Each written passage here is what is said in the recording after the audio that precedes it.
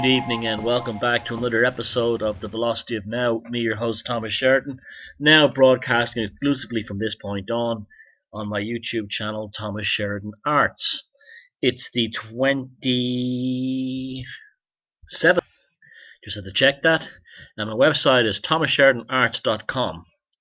Tonight is a special show. Well, they all are special shows, but this is a special show because at the end I'll have an interview with James Swagger and Maria Wheatley from a town square, Piazza in Valletta, Malta, talking about our feelings post our visit to Malta to explore some of the megaliths and the mysteries contained there. I'm only just back 24 hours, not even 24 hours myself, and I'm walking on there and buzzing because that's what tonight's show was about, the mystery of Malta and how it has become a kind of a Rosetta Stone for me, in that it sums up and solidifies, from my personal theories or hypothesis, of what I'm working on in relation to the concept that there really was an Atlantis after all. Now, when I talk about Atlantis, for the longest time I was very skeptical about the idea of this lost continent, mainly because the primary source for this tale was none other than Plato himself. And Plato's an interesting and kind of dodgy character in some ways, although his philosophy has done much to encourage free thinking, etc. We have to remember he was a member of the Athenian and Grecian elite of the era, and his work would have been politically expedient in terms of protecting and upholding the culture of the elites of that time. Certainly in the Republic, some of it is completely brutal. He talks about reducing the population of some of the Grecian islands by starving the locals or starting wars. A classic globalist of his time. But what makes his Atlantis writings much more interesting is that it's really about a dialogue between people rather than an actual mandate that he set out, or a purpose that he set out. Now, when I was able to detach that it wasn't an official, shall we say, Plato-sanctioned document, I was able to take it much more seriously. Prior to that, I wondered if it was some kind of code for his idealistic or utopian idea of a well-ordered society, in terms of the concentric islands leading towards the elite social and political and economic class at the center, represented basically a squashed cone or pyramid. Rather than seeing it in three dimensionals, he visualized it in two dimensions using islands of concentric rings and canal systems. I think there was an element of truth to that, but I also think there was a real quote-unquote Atlantis as such. I'm now coming around to the idea very strongly that there was, prior to perhaps 6,000 or 8,000 years ago, a very complex and developed and culturally refined society in Western Europe that, for some reason or other, just vanished off the face of the earth. And all we had left was the stones and the stories. When Plato mentioned or spoke about his discussions surrounding Atlantis, he specifically mentioned that they were beyond the Pillars of Hercules. Now, one of the reasons I didn't fall for this at the beginning was because I said to myself, well, why would an elite belonging to the central or central east Mediterranean region put this utopia far beyond the seas? Surely it would be much more likely for him to place this idea of a utopian island culture, Atlantis, more closer to Greece. And I've now seen that I was seeing that back to front. The fact is that, firstly, if it was a cataclysm, it probably would have devastated the Greek islands anyway, and they're still there. And there has been several books that have tried to place Atlantis within the context of the Grecian islands. It just kept bugging me, this specific mention of beyond the Pillars of Hercules, which is the Strait of Gibraltar, the dividing line between the Mediterranean and the Atlantic. I began to think more and more as I went around the Neolithic and megalithic structures of Europe. It became apparent to me, especially as an artist, firstly, and I'll talk about other factors later, that there was two elements of artwork that were very different. Although we're very well familiar with the idea of spirals and cross hatches and dots and other forms of Neolithic art, we assume that the more elegant and refined art of the classical world came much, much later, 2,000 plus years later. And we're not really put in a position to actually even think or assume there could be a highly developed and elegant form of artwork in this earlier period, but there is.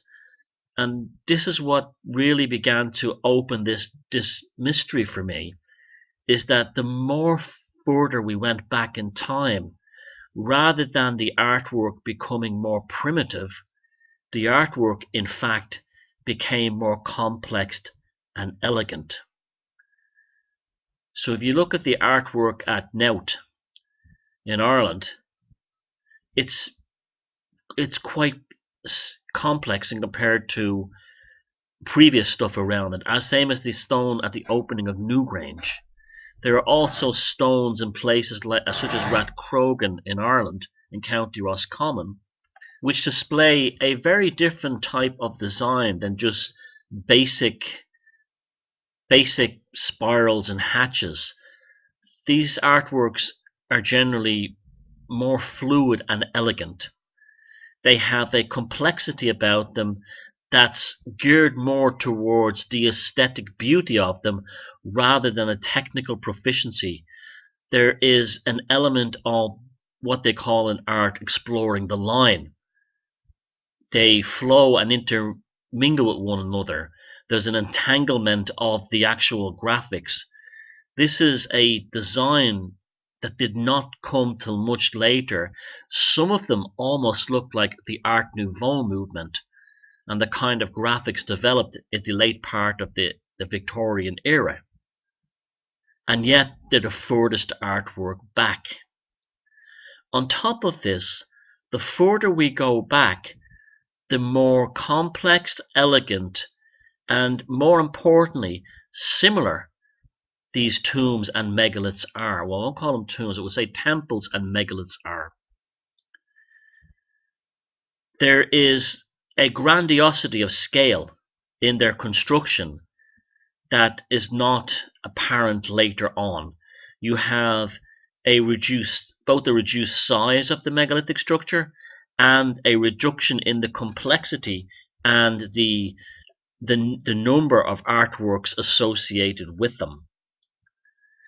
Another interesting aspect is that you have these figurines that appear, what's called the Venus of Orkney, which is a feminine figure of a woman, which is, many believe it shows goddess worship, which it may well do that.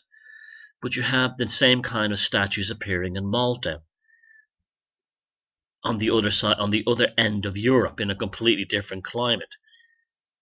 And it was the similarities between, say, Skara Brae and what is being constantly uncovered in Orkney and Malta that has finally glued together my belief that there was something to the Atlantis myth.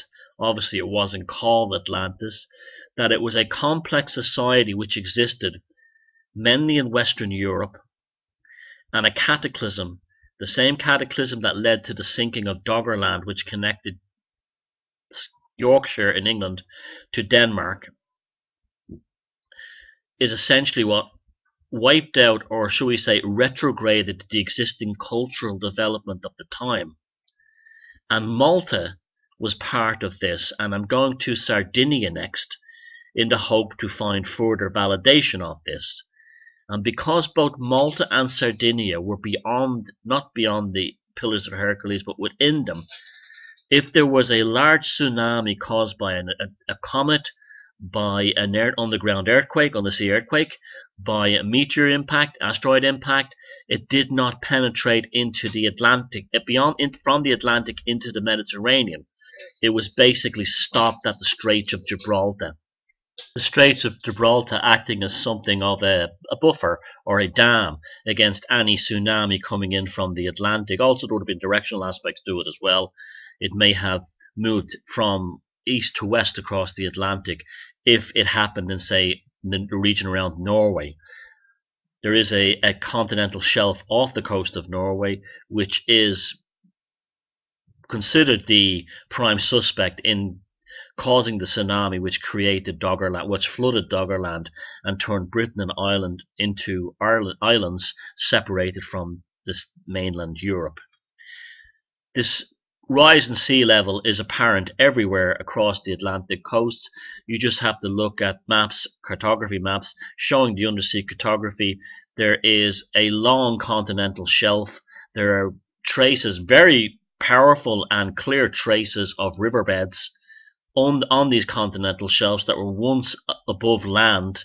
And this is also where, if this culture I'm talking about, this pre-classical developed culture, had ports to travel between and good quality ships to travel around in, these ports would now be submerged because they would have been at the estuaries of these major rivers, which are now a couple of 100 feet underwater.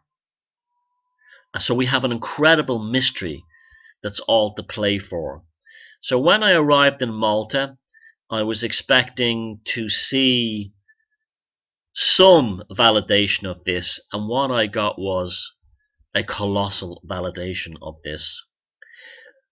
My first impression of the megaliths of Malta was the elegance and complexity of the artwork. We're talking about shapes and designs, motifs. We're not just talking about spirals carved into stone. We're talking about spirals with serifs and accents, geometrically opposed shapes set apart from each other. And this is a kind of an artwork and design that did not appear till later on. There even appears to be a knowledge of the golden section or the golden mean in some of these artworks. Now, I won't go into too much detail here, and you are seeing photographs accompanying these interviews because it's all coming up in the documentary series, which is the main reason I was there. But you will see yourself, there is something highly complex and more aesthetically evolved and complete about the artwork in Malta that's not prevalent in the ones in Western Europe. For example, the kind of things we see in Celt Iberia, we're talking about Spain and Portugal areas where you have similar structures. They're very, very similar to the ones in Ireland. Very similar. However, the ones in Malta and the shape and size and layout of some of the temples, particularly in terms of these stone tables that are placed up against these walls, is very, very similar to what we found at Skara Brae. It's almost as if the same people built both. Now, Malta has the advantage of having less rainfall than these other areas. It's basically a deserty island, as is Gozo, the other island next door, which contains some remarkable monuments. But it's this lack of water that presents two things here that are undeniable. Firstly, it's allowed the erosion to to not do the same damage as it has done in, say, Scotland, Ireland, and Wales. So more refined details are still visible, especially for stuff like Tianjin, where it was buried under the ground for a long time. On top of this, because of the age of Malta and because of its incredible history, we have things to compare it to. For example, the temple at Gigantia on Malta, on the island of Gozo, just off the coast of Malta, is heavily eroded, but it's immense in its scale. There are stones that must weigh 50 tons, 30 feet off the ground. But it also has the same elegance in design that Skara Brae has. Very similar layout to the temple footprint. What is very valuable about this case in particular is that it seems to have been, well, it was outdoors for all of its history. And as I said, it is very, very heavily eroded. Many of the stones have huge channels of water running down them. The dates given for it are the usual 2000 BC, and I'm going to explain why this is not possible.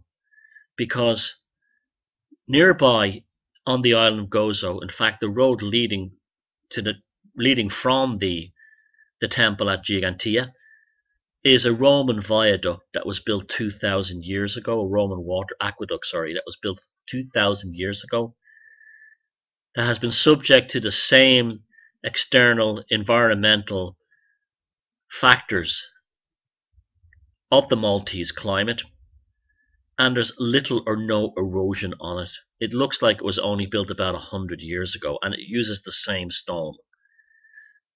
So we now have the means to actually date something. We can look at something on the island that's 2,000 years old, the Victoria Aqueduct on Gozo, built by the Romans, and then compare the weathering on that to the megaliths, the ones that were above ground, such as the Temple of Gigantia. And what you see is a ferocious level of weathering, which tells me that that temple is far more than 2000 BC. It is absolutely ancient. And all you have to do is look at the weathering. Now, normally, when these structures are carbon dated, as in Stonehenge, they lift up the stones and they remove organic material from underneath the stones, and then they carbon date this. Now, carbon dating is very iffy, and also the organic material under the stones is often difficult to date because you have a situation where animals, everything from earthworms to burrowing rabbits, will carry organic material under the stone, so you don't know how authentic it is. On top of this, the main large stones can't be removed, and often they're the oldest as well, so you can't get under them to actually take a soil sample. At Gigantia, the stones are absolutely phenomenal in their size.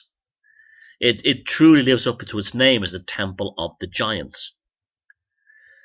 So right before our eyes, in a very prosaic method, we can surmise that this temple, measuring its own erosion next to the Roman aqueduct, demonstrates clearly that it is far, far, far more ancient than the official date. One of the things that I found very obnoxious about the official narrative, shall we say, in Malta is how, shall we say, bigoted and prejudiced it is against the people who built these things. At many of the interpretive centres, there are illustrations to show how they're built, and they will often show ape-like cavemen dressed in rags placing moderate-sized stones that are no much bigger than garden flagstones into position after rolling them on logs, conveniently ignoring the enormous menhirs or standing stones. that are often at these sites. On top of this, there's even one at Gigantia on Gozo that shows an Homer Simpson type character with dropping a stone on the head of another person. Now, what makes this especially obnoxious is that we actually have figurines from the people who built these temples, and especially the females. They're elegantly dressed. These large females are elegantly dressed in pleated skirts, yet the official images show animal-like human beings in grunting in primitive animal skins. This is what you see when you go into these interpretive centers. These archaeologists and how they communicate this stuff is nonsense because they don't have a clue. I thought the Irish and the British archaeologists were demeaning enough of our ancestors, but the Maltese ones, maybe because the enormous influence of religious orders there, the Templars and the Knights of St. John and so on, have deliberately set out to dehumanize the people who built these incredible structures. And they can do it because of the luxury they have in Malta of layers and layers of amazing history that their Neolithic stuff and any other country in the world would probably put to the fore in terms of what they have. You have literally Stonehenge and Newgranges everywhere of that impressive level, Aveburys of that impressive level, and yet they're an afterthought in terms of how Malta presents itself and its history to the world. It's just not what they're interested in pushing. And that now brings me to the Hypogeum. I've always wanted to go to this place, and it always had been an ambition of mine to go there. And I wouldn't say not always for my interest in megaliths. There's also many spooky and strange stories connected to this place, including a group of Italian students who went down there and were never seen again. That it was the entrance to the center of the earth, that it represented something more than just a basic underground temple. And when I went there, and when we went there, the three of us, myself, James, and Maria, I was struck by two things beforehand. It is like everything that we hate about academia. They don't want you filming it. They don't want you taking photographs of it. They don't want you taking videos of it. And it's like going into the FBI's the CIA's headquarters. It's like going to the Pentagon. That's how it's treated.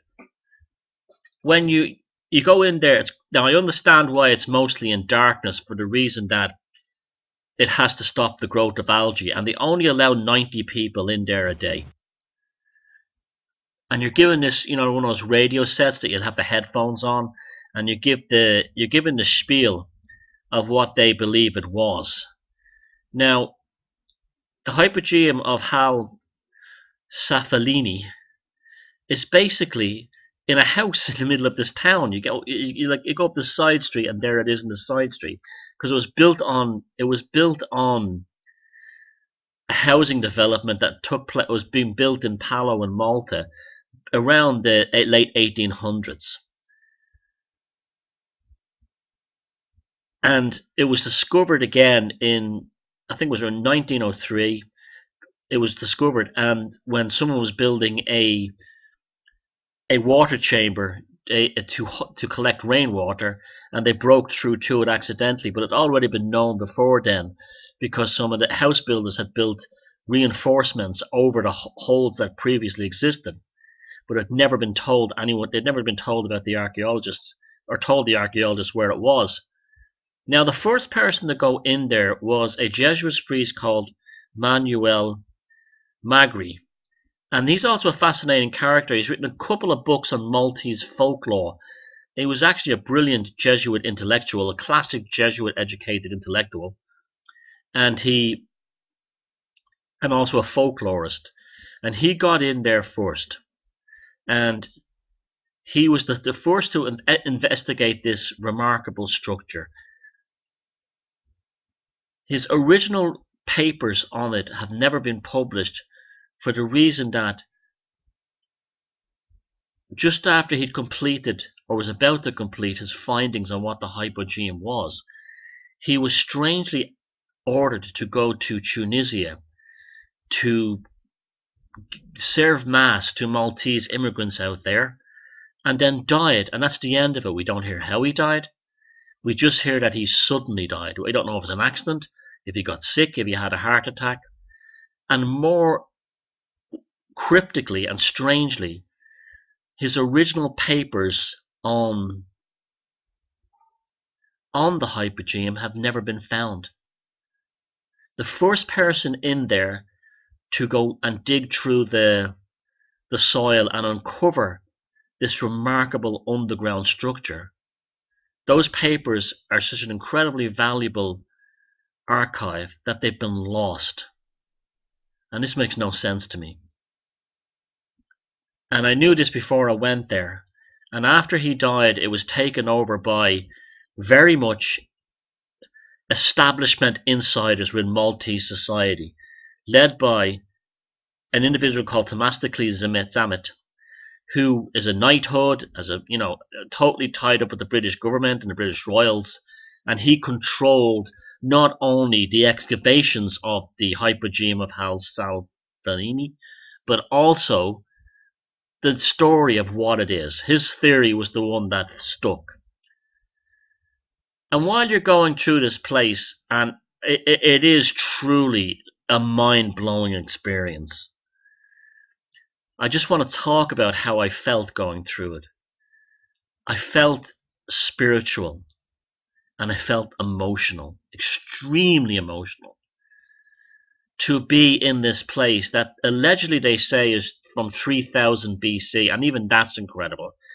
And then trying not to laugh when they tell you that they carved out this incredibly complex passage of decorated underground structures with antler picks.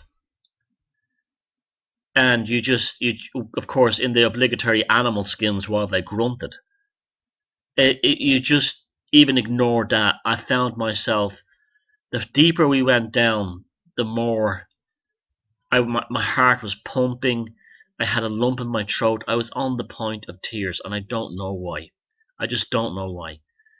And when I got into the center of Stonehenge back in the spring, back in the summer, I think it was, that was more exhilarating to be there in the center of Stonehenge and be one of the few people still lucky to go there, watching the sun rise over the Salisbury Plain in everything you would ever want and all the magic you would ever want.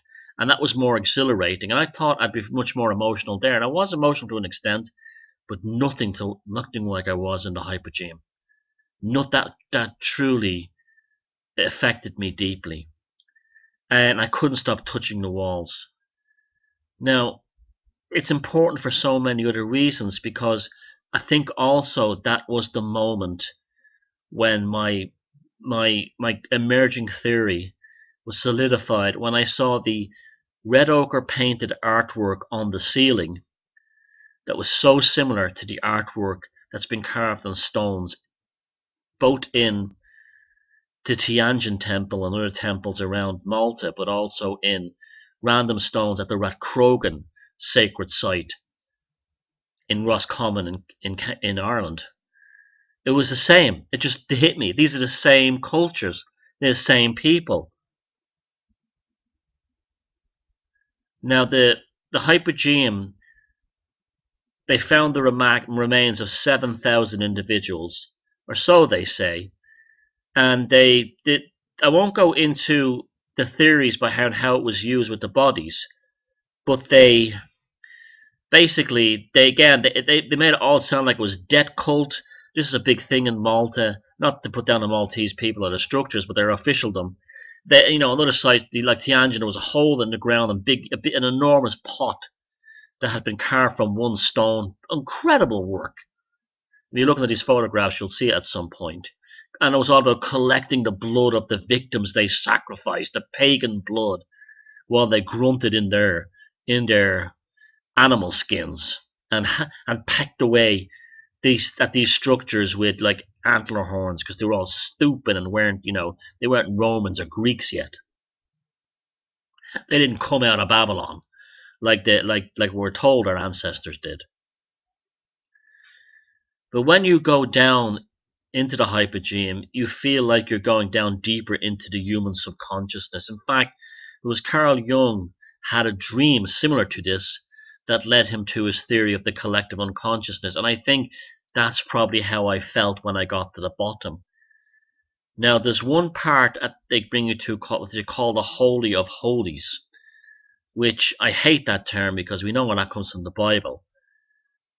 And when you're in there, you look at this incredible stonework that is basically a one-to-one scale model of how the above ground temples looked built in stone. Rather these ones, this one down in the hypogeum, represents the same architectural structure, but it's carved from solid rock.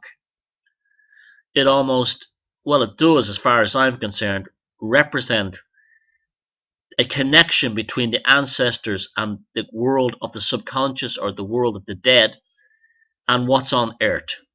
It would be like if we built today, if we wanted to express our culture, tragically, we'd be building McDonald's and Tesco supermarkets underground, looking like the ones above. This is what these people are doing. They're building temples above ground from cut stone that they would put together in dry stone walls. Many of these stones have the same shapes we see in like Mesoamerica, where stones are cut and rounded to fit perfectly tight together. But the reality was the one in the hypogeum is just one piece of stone carved. Staggering. There was another element to it as well that I felt very, shall we say, teased, because I felt that there was much, much more beyond the walls, where they said, and this is where it ends. I felt my instinct was screaming, there's more, there's much, much more, this goes somewhere else. Exactly the same feeling I had in the cave, the Owain Gat cave, in Roscommon. When I was down there, you go down and you descend into the depths of the earth. Although it's a much more rough and ready than the hypogeum in Malta, you have the same feeling, the same sensation. When you come to the wall, and the wall doesn't say, this is the end and there is no more. That wall says to you, beyond here is so much more. And that's how I felt inside the hypogeum. Beyond where they said the structure ended, I felt there was so much more. And I wonder if Father Manuel Megari did indeed find that so much more, and that's why he was mysteriously carried away or sent away to Tunisia to meet his death, and his original report on the exploration of the hypogeum was lost before it fell into the hand of the official government spook, the Sir Themistocles Zammit. And that's it. That's what it felt like in Malta. It solidified the idea that the further you go back in time, the greater the complexity increases, the greater the technological know-how increases, and the weathering of the stones shows that the dates are far more ancient than the narrative tells us, because they have to get the timeline to somehow fit in with the Babylonian out of Sumer idea. And I can only imagine what Göbekli Tepe is making them feel. They're probably going bonkers over that. But no matter what they say, they can continue saying, "Oh, we're not creationists. We're men of reason. We don't follow the Bible." But I got news for you: their official timeline of history follows nothing else, and they will go to extraordinary lengths not to tamper with that. And as I says, there's a lot of footage and film coming up, and I hope you enjoy the pictures on this. And I'm now going to turn the second half of the show over to an interview I did with James Swagger and Maria Wheatley, my co-host and co-filmmakers on the upcoming Megalithic documentary TV series. And I hope you enjoy the rest of it, and I will see you at this time next week on The Velocity of Now, and thank you very much. Well, here we are, Maria and James, in beautiful Malta, where we've spent the last 4 days or so of absorbing and immersing ourselves in the history of this wonderful place. Here we are in the capital, Valletta, which is basically a combination of what we've been looking at, which has been history. We've been going back to the very end, but you're absolutely immersed and saturated in history in this amazing country. Even right up to the Second World War, we can still see damage from the Luftwaffe. So right back to when we were looking at the very earliest arrivals on the island. Now, before I ask you the first question, I'm going to answer the first question myself. And the question I'm asking is, how has Malta changed your own work? Has it added to it? Has it changed? Has it solidified anything? Has it validated anything?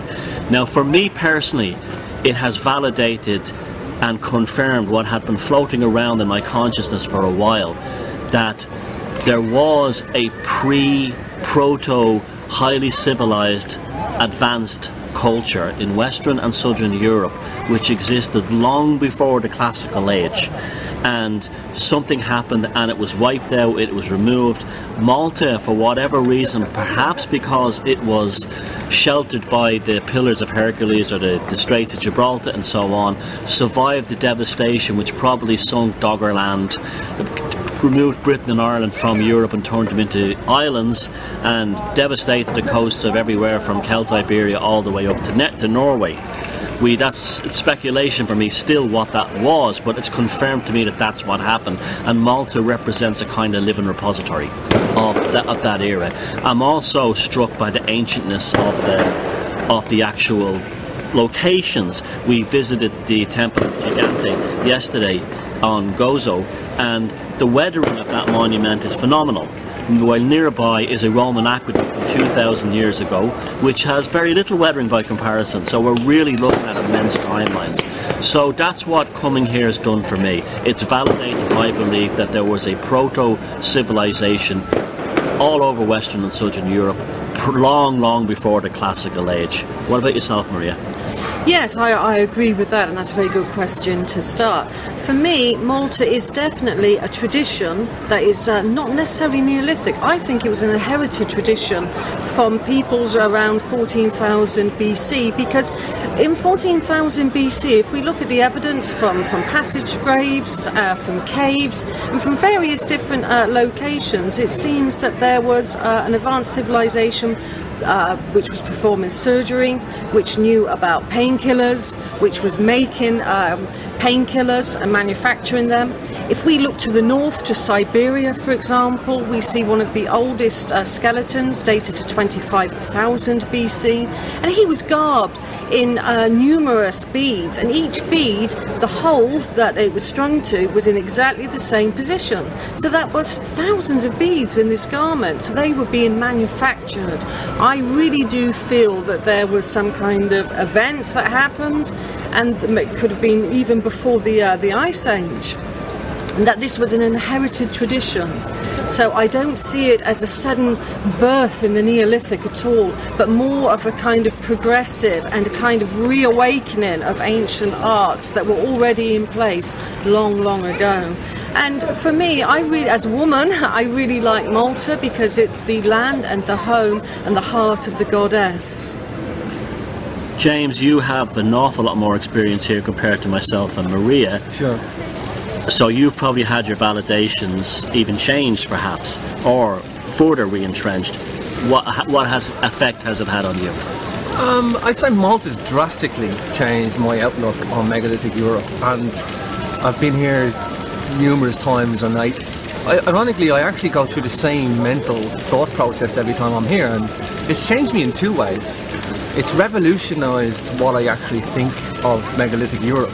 Even for me, I look at these in a very technical engineering way initially, and Malta's changed that for me because of the art, and I'll talk about that in a moment. But it's also changed what I think of archaeology in Europe, here more than anybody.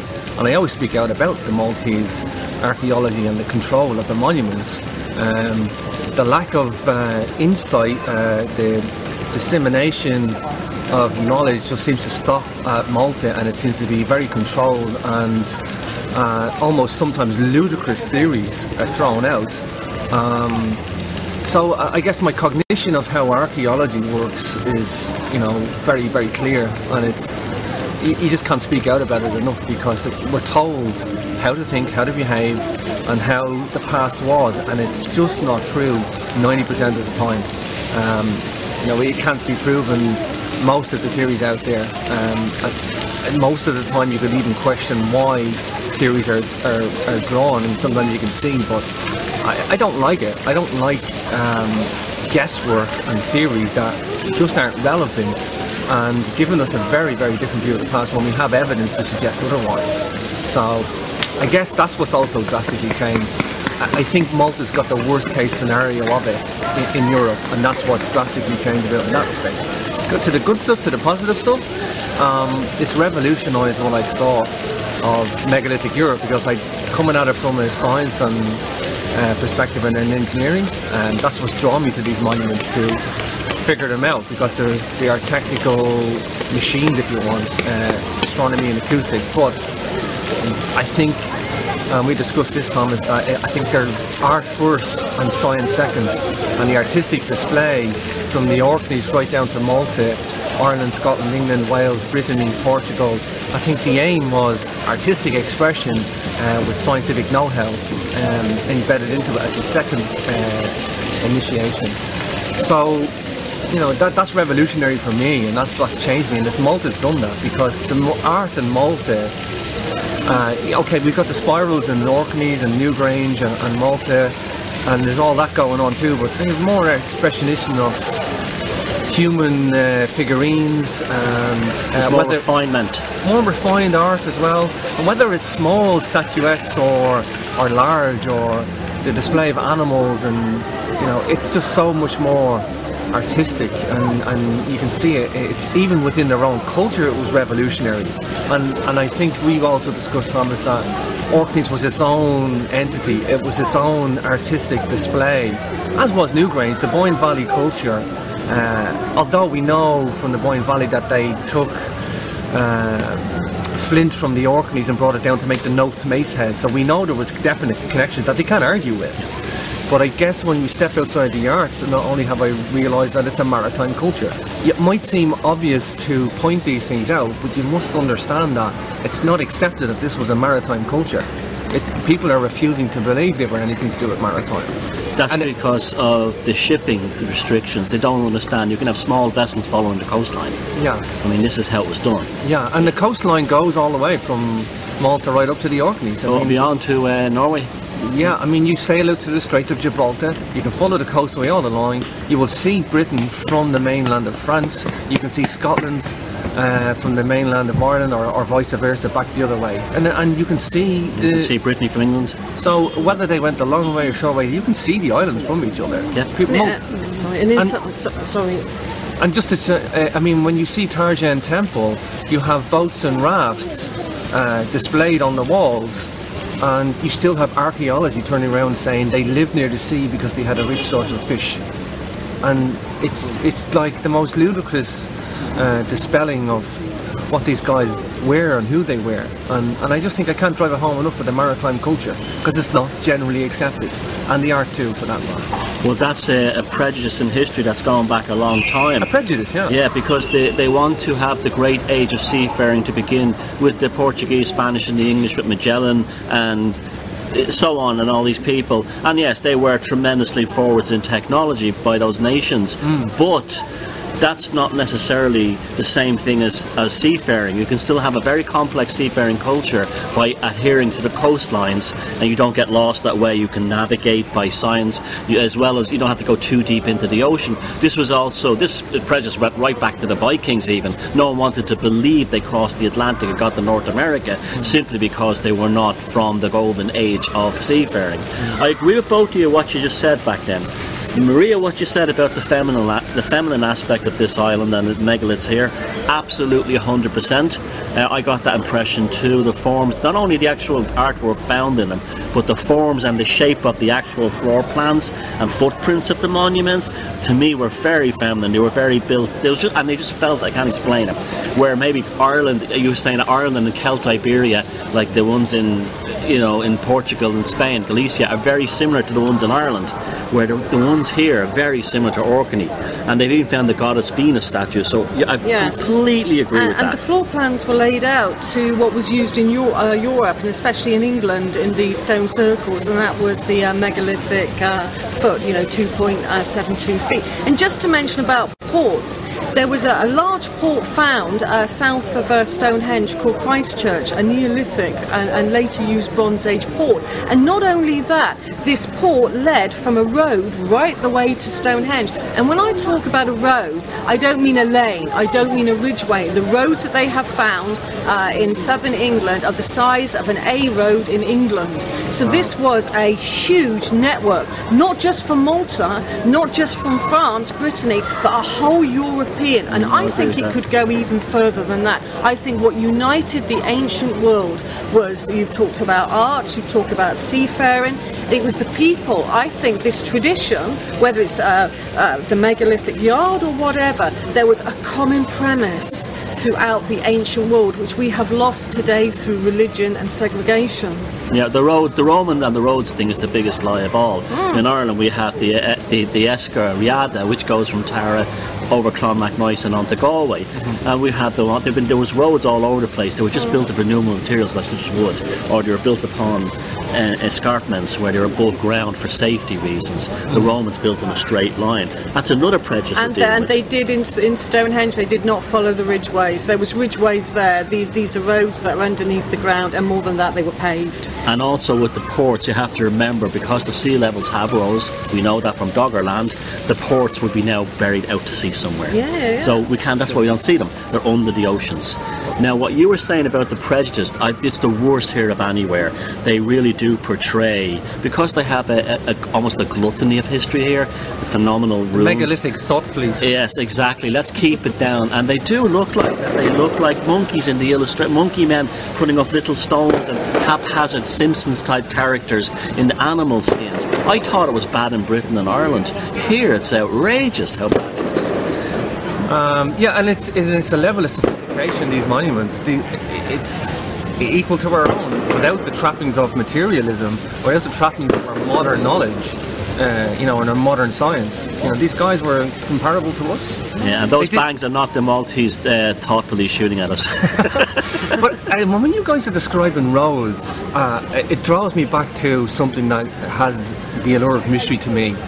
What I try to do is I look at as many different countries and megalithic monuments, and I look at the wider complexity and the wider problem of megaliths in Europe. And I would personally love to see, it's not impossible, but I would love to see somebody scale how many monuments exactly there were, full list, how many man hours it took, estimate roughly, and then scale the megalithic culture, who they were, scale what they did and how many peoples they were, because it was comparable in size to the Romans. The only difference is Romans left monstrosities of buildings, and they were, engineers, and people call them a civilization, whereas the megalithic were a culture, but they were comparable in size. They just weren't a military force, so we don't think of them as a civilization. But they dominated so many countries in Europe with so many monuments, and you're talking infrastructures, coastal seaways, roads, the scale of logistics of transporting materials, the science, the technology.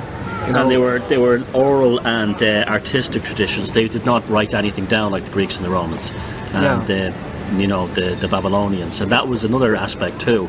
It was passed down from generation to orally, just like in India, although they did have the Vedas written down in some spots, and that was an issue too. It's almost like the written language becomes the point where you're actually considered as intelligent, but as we know, that's not the case at all. The oral repository can be a phenomenal archive. But at present, we have no idea of the scale of megalithic, unless you go to Google Earth and you pull up all the megalithic sites at one time. That's the only thing you're going to get close to it. The known megalithic sites that are left, you will see the scale. The whole of Europe is just covered in megalithic sites. When you do that, you realise the scale in a statistical sense. Exactly, and there's 900 in England and Scotland alone. And just about every Catholic or Christian church built up into maybe the late Middle Ages was probably almost certainly built on an existing Neolithic site. Just within passage tombs alone, I've seen 550 plus, and the only reason I know that is because I've done the 54 in Holland and the 34 in the southwest of Portugal and the 127 in Ireland. And yes, they're in various states of decay, and you just add up those numbers roughly, it's in excess of 550. Yeah, in clusters, is, you're not going around one site every day for 550 days. It's an immense culture that dominated, and they really did dominate, and they dominated over long epochs too. It was a successful, whatever they were doing was successful enough to transmit the knowledge over long periods of time. Look at what we've done in the last 500 years, how quickly we've evolved into, wars, decimation of cultures, re-evaluating ourselves, just even within 30 years, how much Europe has changed. Yeah. But these guys kept their knowledge for several thousand years. Maria will tell you how Stonehenge went through several cycles of Absolutely, and I think it's sometimes easy to lose sight of the people because of the fantastic monuments that they left behind. And we need to look at the people because, like Thomas has said, they are portrayed as these ghastly monkey-type people. But they had a healthcare system in place. They really did, because the evidence is coming out for passage graves now. They're being re-evaluated at places like the British Museum. And like I pointed out, you had perfect dentistry with a drilled cavity removed from a Neolithic tooth that, when it was compared to a modern day tooth, they were identical. That isn't progression through the European in thousands of years. They had that in place then. So that has been completely overlooked by anthropologists and archaeologists alike. We saw a Neolithic scroll yesterday in the museum in Gozo, and it was actually had better teeth than a modern person. Yeah.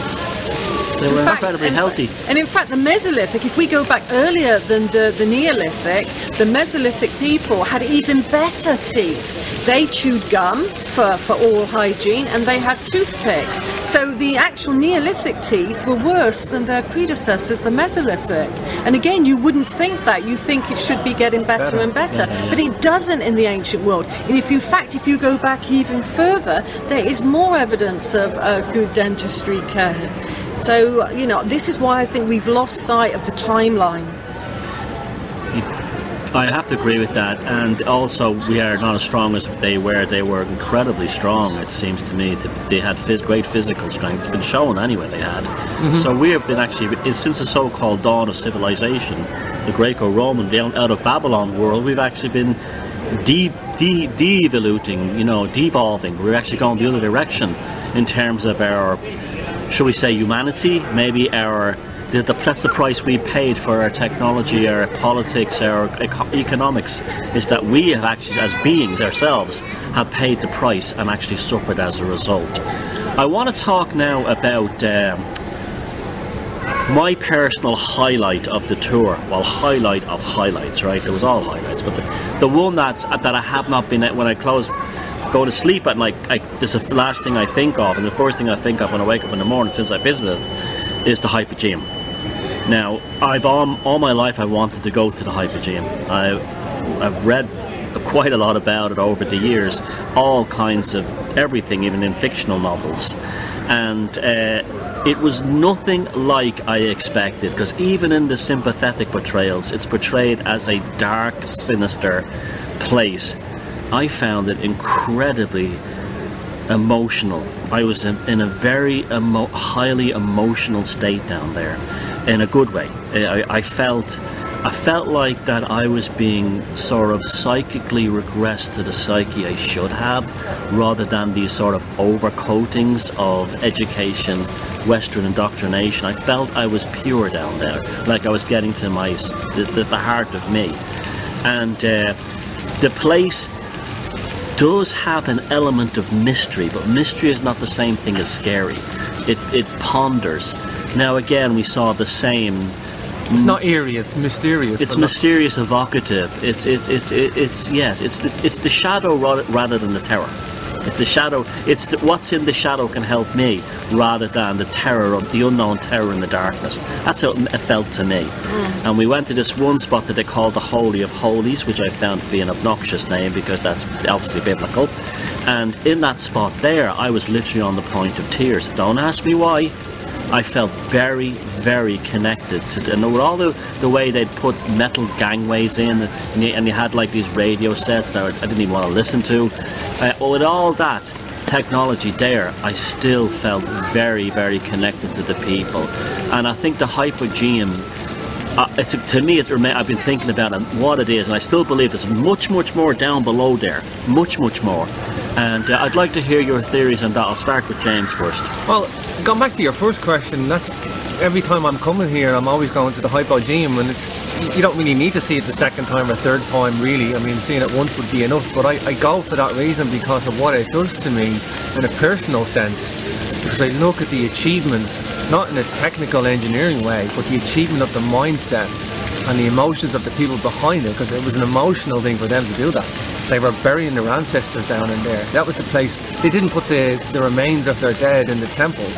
They had them in a special dedicated place known as the Hypogeum. And there's actually several of these, the Hypogea, plural. Zara Circle is a Hypogeum on Gozo, right beside Gigantea. And just imagine, somebody passing on and going, putting them in and removing layers of rooms and... Okay, I think they've made their point. But so every time I go and I go back to the first question. I go into the same mode and the same mindset, and I listen to that same audio track playing over and over again of their obnoxious interpretation of the whole thing, and it just reinforces it for me. I'm watching. I mean, my first time here was 10 years ago, and they're in this stagnant. They're in this stagnant mode of thinking, and they're not getting out of it anytime soon. And that just hits it home for me every time. Pilgrimage is what you're really doing there, and I can definitely see that. Yeah, it's like a pilgrimage. It's a ritual pilgrimage going back, because I could easily forget these places. You see them once, okay, on to the next. But I ritually go back to remember what I've learned and what I've seen, and that Hypogeum will teach you something about prehistory. That against the odds, these people, against the odds of the trappings of our civilization, somebody's handed me all the equipment that they had today and said, create a Hypogeum. It's a lot of work, it's a lot of work, and it's such a beautiful artistic display, it was like a graveyard underground in 3 stories, maybe 5, 7 stories. But then acoustically tuning it so that they could go in a ritual sense, where it looks like they were having topic phenomena on the ceilings. Maybe they were just, going into the trance state and saying goodbye to somebody. And the most ridiculous aspect of the story was that they said, and they actually said it, and I couldn't believe I heard this in the same sentence, that there was no evidence of soot on the ceiling, but they used torches to do the work. So there's no, it's ridiculous. They completely contradicted themselves because they haven't got a clue. And it definitely, to me, that was a place not of death. It was not an acropolis. It was a place of life. Maria, I want you to tell me on the Velocity of Now here about because I've never had this subject ever covered on the show, but there was a sense of, even though you've no water down there other than condensation, there's a sense of the aquatic at the bottom of water. I felt that very much, and you're quite an expert on water tables. Can you just elaborate how water might have been a central aspect of the Hypogea? Yes, Malta is built upon limestone. You have a layer of obviously soil, and then you'll go down, and then you'll go down towards green sands, then you become to a layer of limestone, then you have clay, then you have more limestone. So it's like, lots of different layers. And limestone, like chalk, is very porous. So any water that falls from the sky will get absorbed in the water table, and the water table can fluctuate. It can go up hills, and it can do quite strange things, a water table. So I think at the lots of monuments in that's built on chalk and limestone, that they could have hit the water table, and the hypogeum, I think, was partly water. I mean, when we think about it, you know, water is holy. You've got the Ganges in the river, water in Christian rites. Water is the living life force. It's a feminine element as well, like earth is a feminine element compared to air and fire. So I think that they could easily have bored down in limestone and created a very watery arena within this area. And I did notice the level of the water table at one monument, and it's not that far down. And I do feel that the ancients would have made even more drama than these places as well. And also for me, the Hypogeum was one of my favourite places because it took me from the ordinary world of the sky, the world of the air, the world of people, to deep within the womb of Gaia, into stillness, into ourselves as well. So I think these places take you away from the outside and draw your energies back in. And it really does have a spirit of place that I suggest to people to come to Malta to experience these places. And look what it did to us in just 1 hour. What if we had 2 hours there, 3 hours there, 4 hours there? Overnight. Overnight, exactly. James, anything you want to add that I haven't covered that you'd like to talk about? Yeah, come visit Malta for starters, and get involved. And I just think it's a wonderful place to come, easy to navigate, so much mystery, and you know, if you're into all sorts, the history never stops here. It's a wonderful place. The people are beautiful, and it's an intoxicating in terms of historical and, you know, self-learning, and it's just tremendous value when you're here too. Tremendous value as well, and it teaches you something about cultures. It teaches something about all cultures, and how not just in megalithic sense, but how we dominate a previous culture and we change it, because who didn't come to Malta? It's a successful example of a multicultural society. Yeah. You have North Africans, Italians and other people all together, and the English and all together, and they've created a very beautiful hybrid culture that's friendly, open and accessible. Well, the Romans, the Greeks, the Carthaginians, the Phoenicians, you know, who didn't come to Malta, you know, and they all had a go at it. Yeah. And it's like I say, the history never stopped, and it just shows you what one culture does to another, and it imposes its values on that culture. It doesn't have any meaning. You can impose whatever you want on anybody. It doesn't mean anything, you know. And if you just look at the data for what it is, come yourself, look at the data for what it is. Don't take my word on it. You know, come and investigate these monuments for yourself, and come with an open mind. Exactly. For me, you know, it is the experience of these ancient sites. It's the spirit of place, and Malta is alchemic. It will change you. Come here. I agree with that. Now, Maria, before we go, where can people find you, your work? What do you have, anything coming up in terms of books or conferences that people should know about? I'll put the links in the description of the video. Yeah, you can visit my website. It's the aveburyexperience.co.uk. So, you know, go to the website. I have various books about elongated skulls, dowsing, how to find energies, ancient sites, and I have an events page which will be listing the conferences that I'm speaking at this year. And what's the website again? www.theaveburyexperience.co.uk. Great. And James, you? My personal website is jamesswagger.com. You'll find the links to my radio and TV stuff there, which is capricornradio.com, Capricorn members. And I've just launched the 2 new websites for the megalithic documentary. That's megalithicodyssey.com. And if you subscribe there for the newsletter, the first 300 people will get access to the free online premiere. So I've capped it at 300, and that'll be out hopefully very early May, and you can catch the pilot premiere there if you sign up for the newsletter. And there's also megalithic.tv for the production. And the signing up for the newsletters on the website? Yeah, it's on the homepage. So sign up there, megalithicodyssey.com. And Maria? Yes, and we're about to launch esotericcollege.com, where people can learn about dowsing, past life regression, tarot and soul star astrology. It's going to be one of the biggest independent learning facilities online. And also all of my courses come with a certificate which is affiliated to the Association of British Correspondence Colleges. So there you go, folks. Maria Wheatley and James Swagger here live in Malta in Valletta, and the megalithic magical mystery tour continues. Thank you, guys. Thank you, Thomas. And there you heard my interview with Maria and James. Sorry about the noise in the background. It was in a public space and we were stuck for time. And there was also a festival on that day, so those bangs you hear in the background were fireworks going off. We weren't being shot at or anything like that. So I hope you enjoyed the show tonight, and I will see you again this time next week. And feck 'em if they can't take a joke.